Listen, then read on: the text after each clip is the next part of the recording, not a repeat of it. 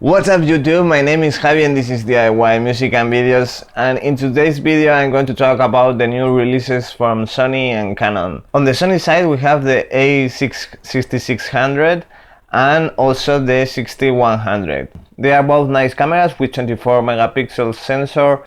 They have both improved some aspects like the speed burst and also the focusing system, which is borrowed from the A9, so I think they are cool cameras.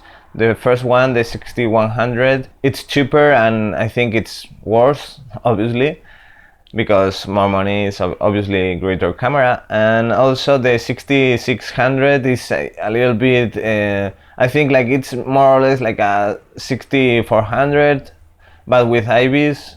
So I think that in the Sony side, we will say that they have some improvement, but maybe it's a good time to get a 6400, which I am thinking, because right now I just upgrade my camera, which is a M15. As I had said on other videos recently, I'm not quite happy with this camera because it has a lot of noise, even with the lowest ISO possible, which is 100. So I think I'm going to move to Sony, and maybe I should consider the 6600, but anyway, I'm not sure if I'm going to use it. Well, I'm sure that I will use it, but not really, because right now gimbals are very cheap, and I think that maybe with a gimbal and a 6400 I will be okay, taking in consideration that the 6600 will cost about...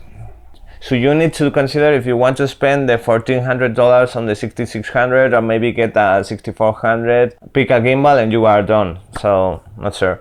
And on the other hand, we have the Canon, the new Canon M6 MK2 and also the 90D. And these are very controversial because, for example, the 90D could record in 4K with dual pixel autofocus. And I'm quite upset because they could have implemented that feature also in the M50, because right now I'm only can record in full HD, so it's a pity.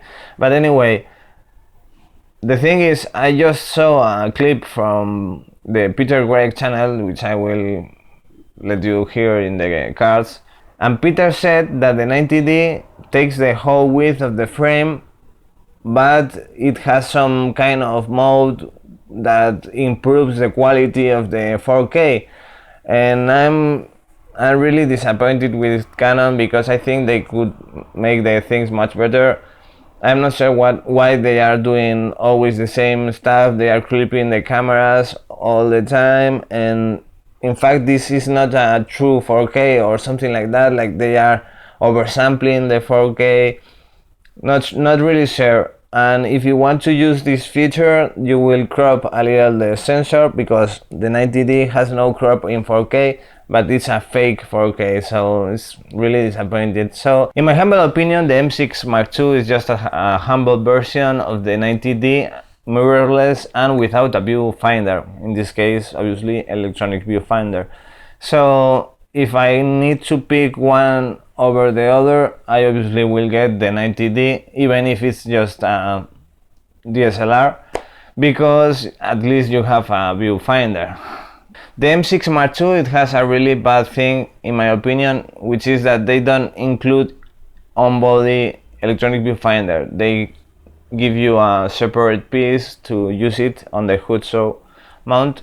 But anyway, I'm not sure why they did that, because the specs are nice and I think it's going to be a well-selling camera. They could just put an electronic viewfinder in the body, not just like a spare piece of equipment, because probably you could lose it or whatever.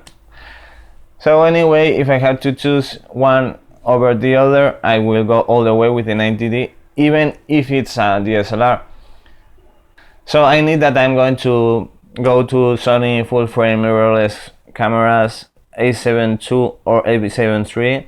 I know that I didn't mention before the a6600, it has the set battery, which it will last forever, and maybe, I'm not sure, but I think like in 2 years they will drop down the price and maybe it will be interesting, but right now I'm not going to spend $1,400, 1,200 euros or whatever. Even if I got it in the gray market, it will be like 1,000 euros. So to conclude, what are your thoughts? Please leave me a comment on the section below.